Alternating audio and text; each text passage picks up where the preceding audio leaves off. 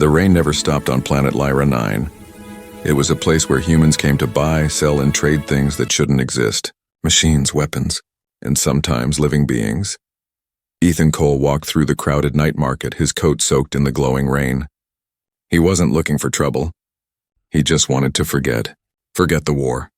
Forget the people he couldn't save. But tonight something pulled him toward a small corner tent, one surrounded by silver lights and whispers. Inside he saw cages. Dozens of them. In each cage was a creature from another world. Some had wings, some had scales, some looked almost human. But one cage, one at the far end, made him stop walking. Inside it sat a girl. She looked about 16, maybe 17. Her hair shimmered like silver dust and her skin glowed faintly blue. Her eyes, large and filled with quiet sadness, reflected the rain outside. She didn't move. She didn't speak. The trader beside the cage grinned when he saw Ethan looking. "Beautiful, isn't she?" he said. "Came from the Delta system. Very rare, very obedient." Ethan frowned. "She's not human." "Half human," the trader said proudly. "They call her a loom. She can heal with her touch, sing light into the air. But don't worry, she's perfectly safe. You can rent her for a night." "Rent?" Ethan repeated, disgust in his voice. "Yes," the trader replied, tapping the glass. "For company, for work, for whatever you wish. Just one night." Ethan's chest tightened. He wanted to walk away. He should have, but something in that girl's eyes stopped him. She wasn't begging. She wasn't angry. She looked tired, like someone who had already given up. "How much?" Ethan asked before he could stop himself. The trader smiled. "For one night? 200 credits. Ethan handed him the money without another word. That night, in his small apartment above the rusting city, the alien girl sat quietly near the window. She didn't eat, didn't sleep. She just looked out at the glowing streets below. Ethan tried to speak. "What's your name?" he asked softly. She turned to him. Her voice was soft, almost like music. "Lyra," she said. "My name is Lyra," he nodded. "I'm Ethan." She smiled weakly, then went back to staring outside. Minutes passed. The sound of rain filled the silence. "You don't have to be afraid," he said. "I won't hurt you." Her eyes met his.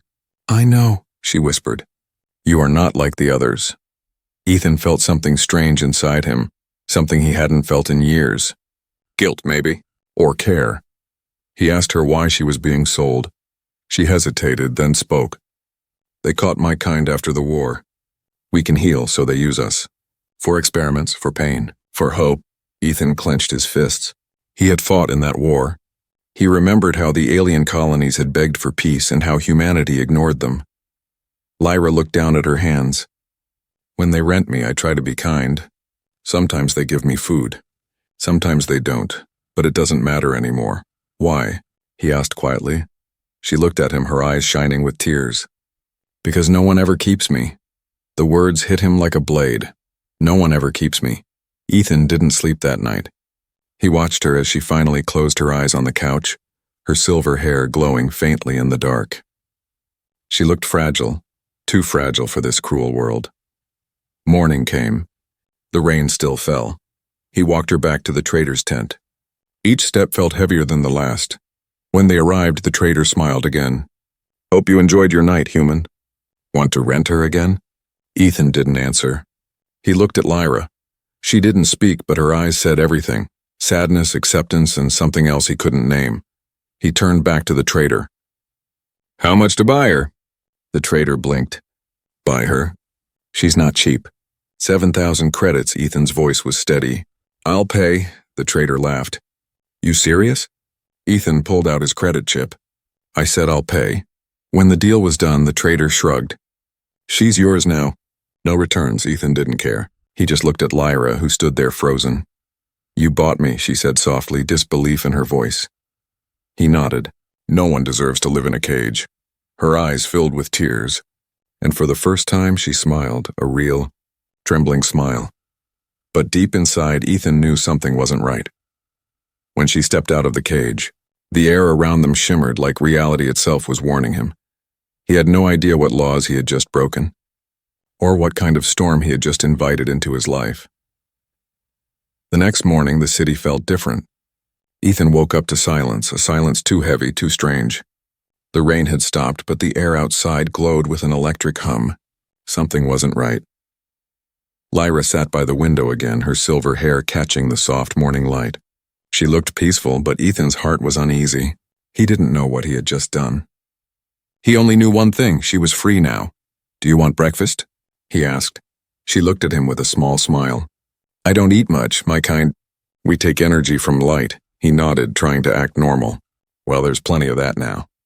But when he turned on the holoscreen to check the news, his stomach dropped. Galactic law alert. Human trader found dealing in loom species. Illegal possession of sentient hybrid is punishable by death. Ethan froze. The screen showed an image, a loom girl glowing blue in a cage. It wasn't Lyra, but it could have been. He turned off the screen quickly. Lyra looked at him, sensing his fear. "What happened?" "Nothing," he said quickly, "just old war news," but she knew. Her kind always knew. "You shouldn't have bought me," she whispered. "It's against the law. They will come for you." Ethan's hands clenched. "Then let them. I won't let them take you." Hours later, the city trembled with the sound of patrol ships. Silver drones floated through the air, scanning buildings for heat signatures and energy fields. Lyra's faint glow could easily give them away. Ethan shut every window and drew the blinds. The room turned dark except for the faint shimmer from her skin. "You're glowing too much," he whispered. "Can you stop it?" She shook her head weakly. "It happens when I'm scared." Ethan took a deep breath, trying to think. He had friends in the underground resistance, people who still hated the Galactic Council and its cruel laws. Maybe they could help. He walked to the door. "Stay here. Don't open for anyone." She looked up, her eyes full of worry. "You'll come back?" He smiled softly. "Always." Ethan ran through the rain-soaked alleys until he reached a mechanic shop marked Nova Repairs. Inside, an old friend worked, Jax, a smuggler and ex-soldier like him. Jax looked up as Ethan burst in. "You look like you saw a ghost." "I need papers," Ethan said quickly. "For a passenger off-world," Jax frowned. "Passenger, human?" Ethan hesitated. "Half human," Jax froze. "Ethan, don't tell me you did what I think you did." "I bought her," Ethan said. "She was being sold like an animal. I couldn't leave her." Jax slammed his wrench on the table. "You idiot. You know what the council does to people who break Law 17? They erase them. Not kill, erase. Like they never existed." "I don't care," Ethan said. "She's alive because of me." Jax sighed heavily, rubbing his face. "You always had a hero complex. Fine, I'll help you. But if they find her, they'll burn this whole district." Ethan nodded. "Then we move fast." When he returned home, Lyra was gone. The door was open. The wind blew through the small apartment. For a moment, Ethan couldn't breathe. Then he saw faint blue footprints on the wet floor, small glowing marks leading toward the city bridge. He ran. The bridge stretched high over the neon river. And there at the edge stood Lyra. Her hair flowed in the wind, her light glowing brighter than ever. "Lyra," he shouted, running to her. She turned, tears shining on her cheeks. "They're looking for me, Ethan. The council will find us both. I can feel their scanners. I don't care," he said, grabbing her hands. "We can run. I have a friend. He'll get us out of here." Lyra shook her head. "You don't understand. My kind carries a tracker. It's inside me. They'll find me wherever I go." He stared at her in horror. "Then we'll remove it. I'll find a doctor." "You can't," she whispered. "It's part of my heart." A distant hum echoed through the sky. Silver patrol drones appeared, scanning the area.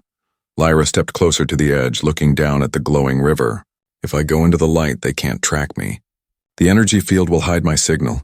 Ethan grabbed her arm. "No, you'll die." She looked at him, her eyes full of sorrow and something else. "Love. You gave me one night of freedom," she said softly. "Now I want to give you yours." Ethan pulled her into his arms. "Don't, please, we'll find another way." She trembled, her light flickering like a dying star. "You're the first human who looked at me like I was real. That's worth more than my life." Before he could speak again, the drone's light swept over the bridge. Voices shouted through the loudspeakers. "Illegal entity detected." "Hands up!" Ethan turned, shielding her behind him. He reached for his old blaster, eyes burning with rage. "You want her?" he growled. "You'll have to kill me first." Lyra pressed a glowing hand to his chest.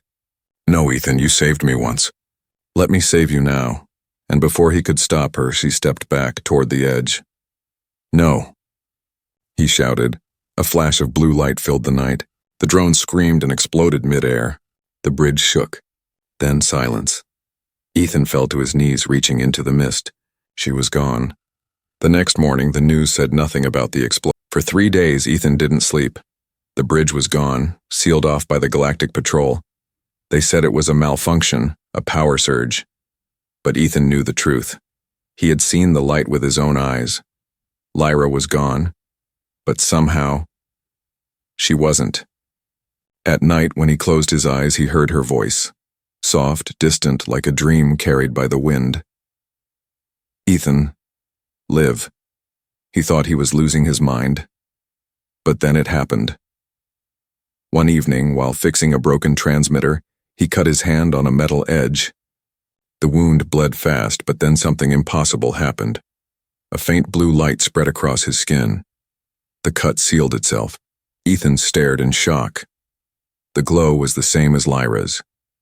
He touched his chest, the place where she had pressed her glowing hand before jumping.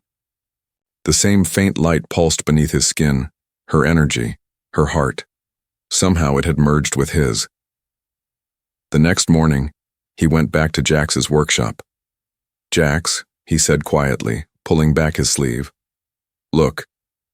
The mechanic's eyes widened as the blue light shimmered on Ethan's veins. "Holy stars, you're glowing." "She's in me," Ethan whispered. "Lyra, she didn't die. She became part of me." Jax backed away. "That's not possible. The loom's energy burns out when they die. It can't transfer." "It did," Ethan said. "And now I can feel her. I can feel what she felt. Pain. Fear. Hope." Jax rubbed his face. "You need to hide, Ethan. The Council scans for that kind of energy. If they find you, they'll erase me too," Ethan finished. "Exactly," Jax said. "So whatever you do, don't use that light again." Ethan nodded, but deep inside he already knew he couldn't stop it.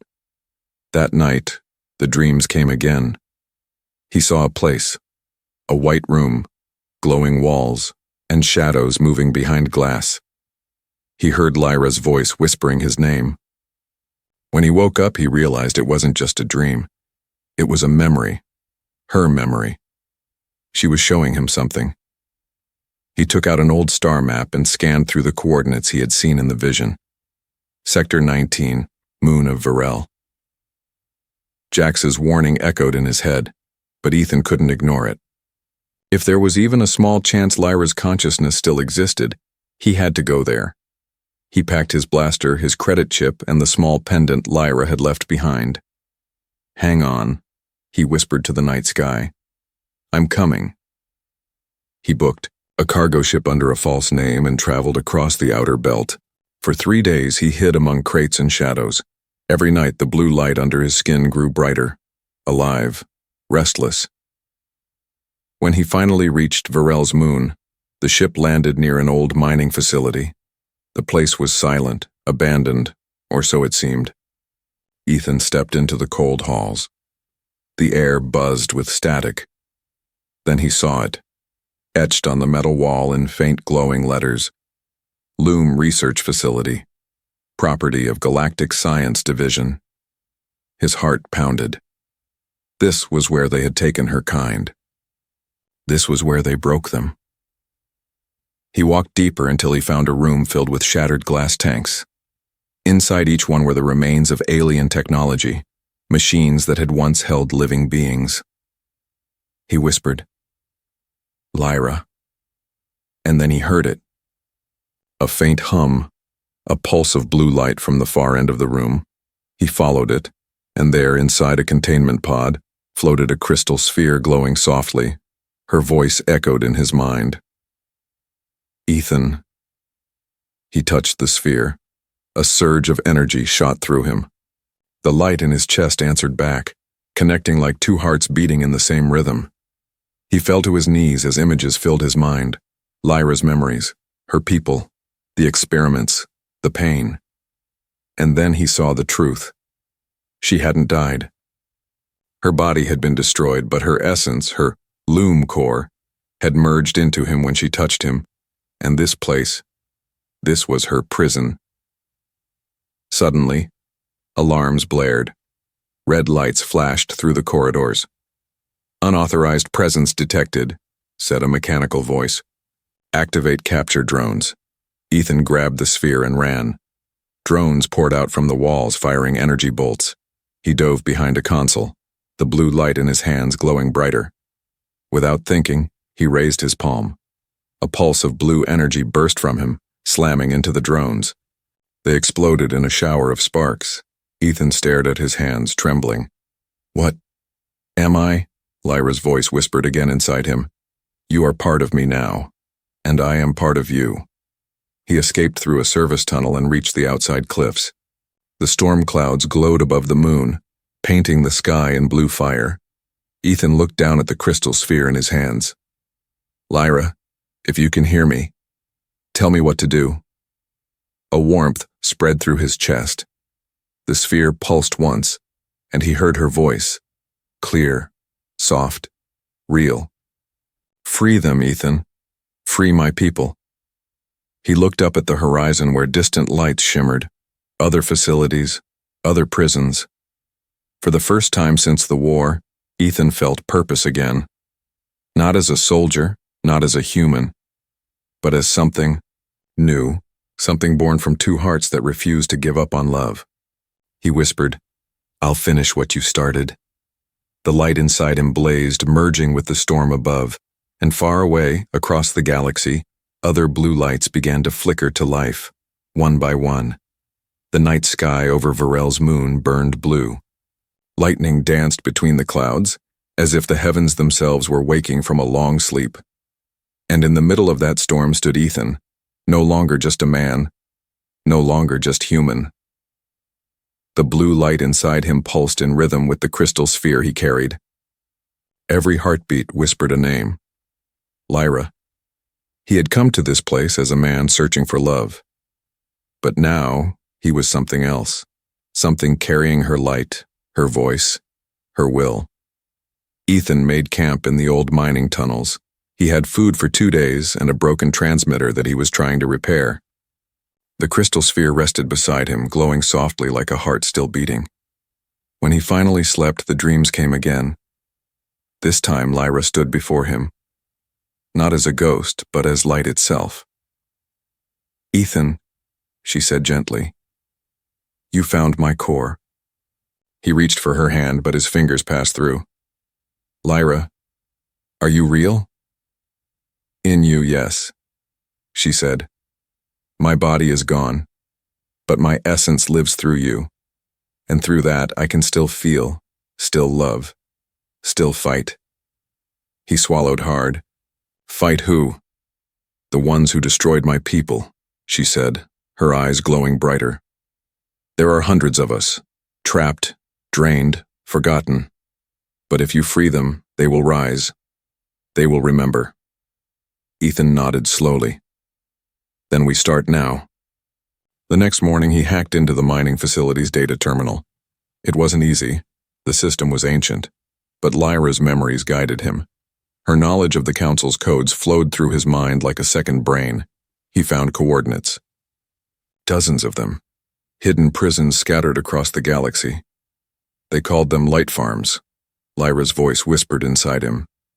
"They took my kind and used our energy to power their ships and cities." Ethan's jaw tightened. "Then let's shut them down." He contacted Jax through a private channel. "Ethan, where the hell are you?"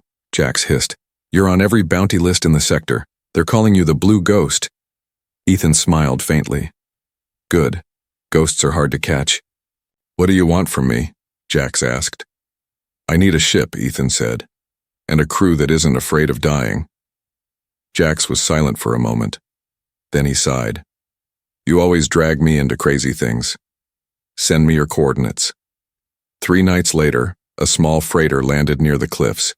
Jax stepped out, followed by 2 others, a pilot named Reyna and a medic called Finn. When they saw Ethan glowing faintly under the stormlight, they froze. "Stars above," Reyna whispered. You're half loom now.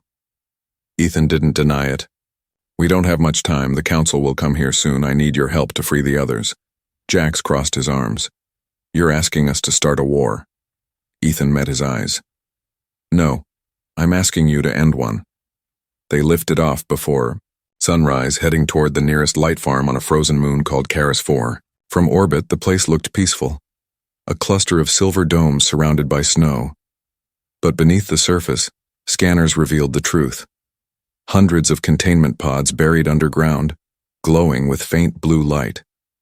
They're alive.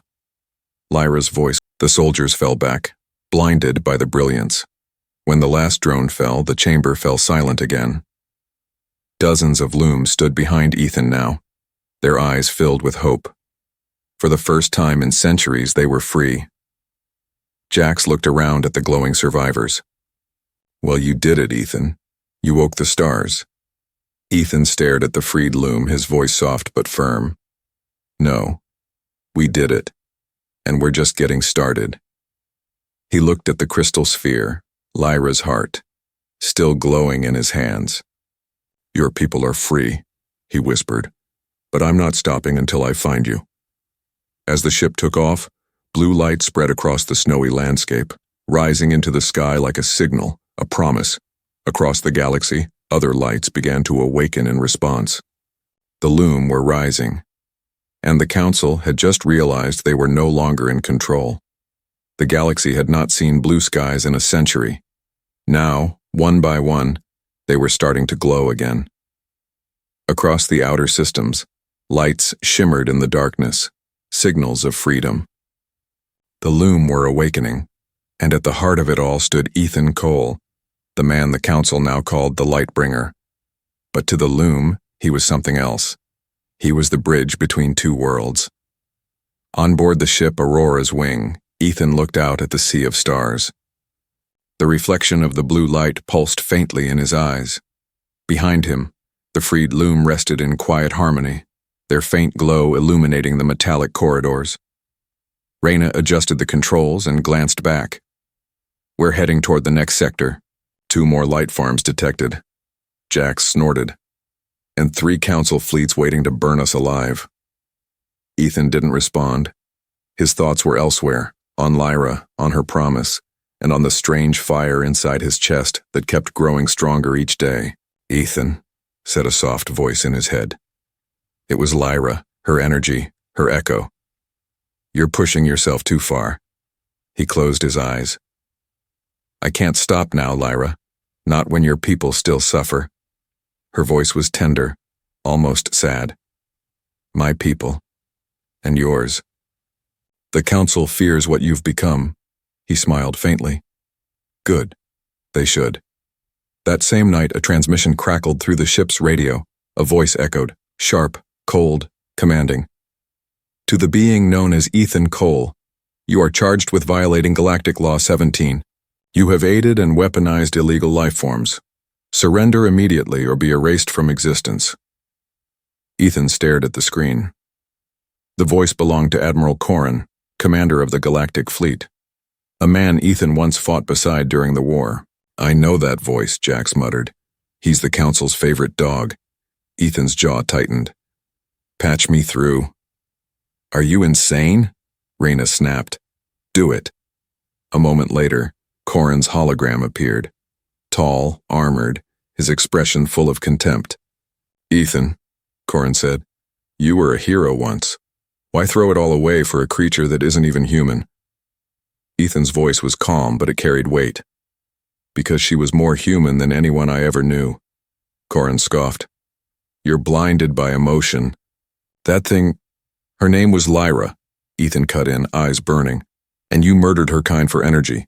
Tell me, Admiral, how human does that make you? Corrin's expression darkened. You think you can save them? You've only signed their death warrants. The council will burn every system they touch. Ethan stepped closer to the hologram. Then let them come. I'm done running. The hologram flickered, and the message ended. Silence filled the ship. Jax muttered, Well, you just declared war on the entire galaxy. Ethan turned toward the window. No, I just answered one. Hours later, the first battle began. The Council's fleet descended on Karis 4 like a storm, hundreds of ships, their lights red and merciless. Ethan and his crew led the freed, loom in small, fast crafts darting through the dark like blue fireflies. Targets locked, Reyna said, but their shields are too strong. Not for long, Ethan said. He pressed his palm to the control panel, letting his light surge through the ship's systems. The engines roared, glowing blue as the Aurora's wing dove straight into the heart of the enemy line. "Ethan, what are you doing?" Jack shouted. "Trust me." Ethan closed his eyes. The loom light within him pulsed harder, faster. Through it, he could feel them, all of them. Every freed loom across the battlefield, their fear, their courage, their power. "Together," he whispered. And in a single moment, every loom in the fleet raised their hands. A storm of blue energy burst across space, forming a massive shield of light that swallowed the Council's red fire. The blast shattered half their ships. The rest fled into hyperspace. Silence followed. Then cheers. Reyna laughed, tears in her eyes. "You did it! You actually did it!" But Ethan's hands shook. His light flickered dangerously. Lyra's voice echoed weakly inside him. "Ethan, stop. You're burning yourself." He fell to his knees, gasping as the glow dimmed. Finn ran to him. "He's losing control." The loom surrounded him, placing their glowing hands on his shoulders. Their light flowed into him, calming the storm. For a moment, everything went still. Ethan opened his eyes, breathing hard. "I'm fine." Lyra's voice trembled. "You can't keep doing this, Ethan. You'll disappear. Like me," he whispered back. "Then at least I'll disappear doing something that matters." Later that night, the survivors gathered in the ship's hangar.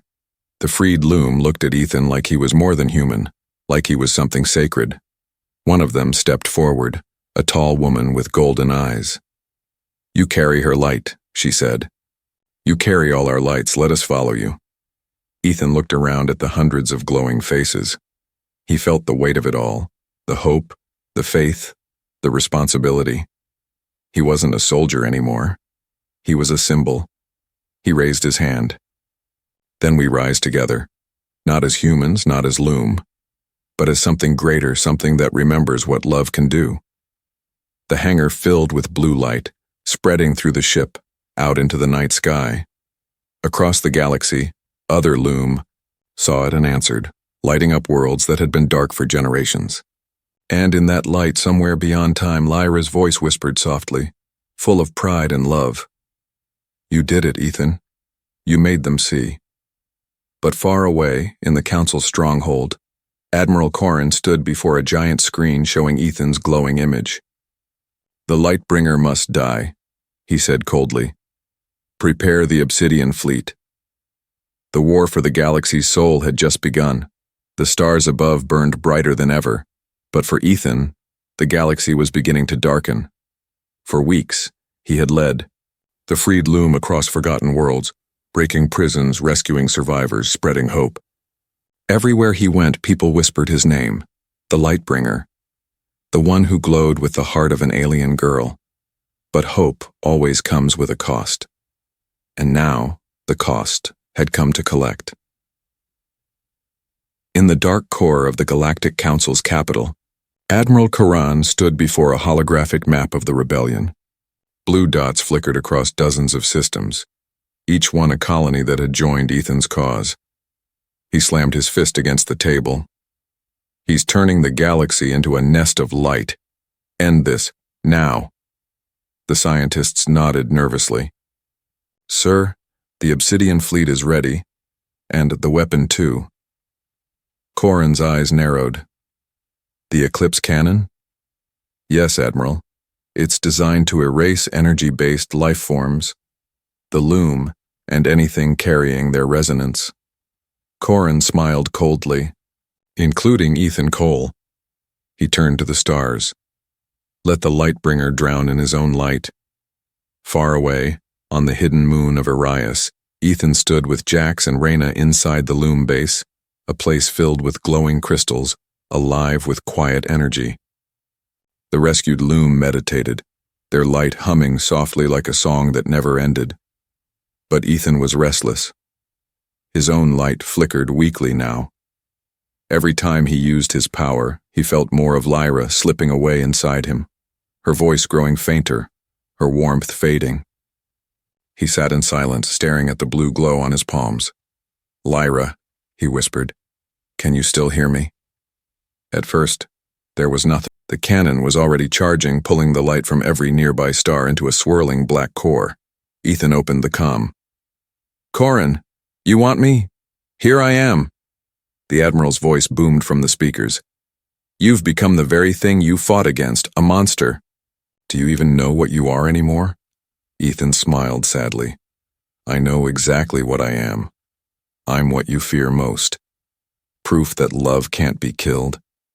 Then he turned off the comms and pushed the ship straight toward the cannon. Lyra's voice trembled. "Ethan, no. If you go near it, your light will die." "I'm not dying," he said softly. "I'm coming home." He placed his hand on his chest, where her light still pulsed, and whispered, "Together." The cannon fired. A wave of black energy tore through space, swallowing the stars. But Ethan was already moving, diving straight into its heart. His body glowed brighter than ever before, a storm of blue fire fighting against the darkness. His ship disintegrated, but he kept going, his light pushing, burning, refusing to fade. He screamed her name, "Lyra!" And then the darkness shattered. For one brief, blinding moment, the entire galaxy saw it. A burst of blue light brighter than a sun, spreading across every world. The Eclipse cannon imploded. The Obsidian fleet vanished in the explosion. And then, silence. On the moon's surface, Jax and Reyna watched the sky. The black clouds faded, replaced by gentle blue light raining down like stars. Reyna whispered, "He did it. He stopped them." Jax stared upward, eyes wet. "Yeah. But where is he?" There was no answer.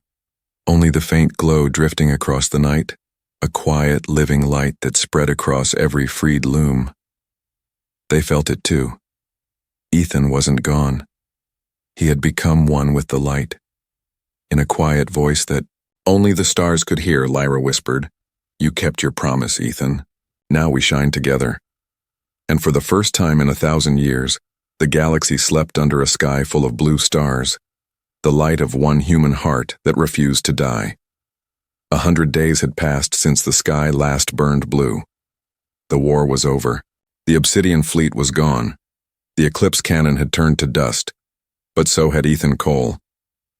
Across the galaxy, people whispered his name like a prayer, the man who glowed with alien light, the soldier who fought not for power, not for revenge, but for love. They called him the Lightbringer. But to the loom, he was something more sacred. He was the one who kept his promise. On the moon of Arius, where the last battle had taken place, the world had changed. The air no longer carried the taste of war. The rivers glowed faintly blue. Every night when the stars came out, a soft light covered the land, the same light that had once burned inside Ethan. Jax stood by a monument carved from silver stone. At its center was a symbol, a human hand and a loom hand joined together. Below it the words read, "He didn't destroy darkness. He taught it how to see the light." Reyna placed a small glowing crystal at the base. "He would have hated statues," she said with a faint smile. Jax chuckled. "Yeah, but he'd love the view." They both looked up at the sky, thousands of blue stars shimmering like living souls. Far beyond their sight, in the silent sea of stars, something stirred. A faint blue light drifted between the ruins of broken ships. A pulse, a heartbeat, a memory. Inside that light, a whisper echoed, "Ethan." Lyra's voice, gentle, warm, alive. The light pulsed faster, forming shapes, first a glow, then a figure. Her figure. She stood there, her silver hair flowing like starlight. But she wasn't the same. Her form flickered, half energy, half human. She looked toward the glowing storm that had once been the eclipse cannon's core. It called to her. "Ethan," she whispered. "Where are you?" She followed the light's pull for days, drifting through empty space. And then she found it, a glowing fragment floating in the dark. It was his heart, not of flesh, but of energy, still beating, still alive. When she touched it, visions flooded her mind, his laughter, his pain, his promise. "Together," he had said. Tears of light fell from her eyes. "You really never let go, did you?" She pressed the glowing heart to her chest. Her own light merged with his, and for the first time since his sacrifice, she felt him again. Back on Irias, the loom gathered under the night sky. They sensed something, a new energy, rising like dawn. Rena looked up from her console. "Jax, you seeing this?" The scanners glowed blue. A massive surge of energy was approaching the moon. Jax frowned. "That can't be." Before he could finish, the sky exploded in light. A giant wave of shimmering blue fire rolled across the clouds, soft and beautiful. And from that light, a figure descended, a woman of pure glow, part human, part loom, her feet touching the ground with the grace of falling snow. The loom gasped. "It's her," they whispered. "Lyra." Jax and Rena ran forward. Lyra smiled softly at them. "You kept his world safe," she said. "Thank you." Rena's voice trembled. "But how are you here?" Lyra looked up at the stars. "Because he never really left." She raised her hands and the air shimmered. Above them, thousands of blue sparks appeared. Not random, not stars. They moved with purpose, forming an outline in the sky. It was a face,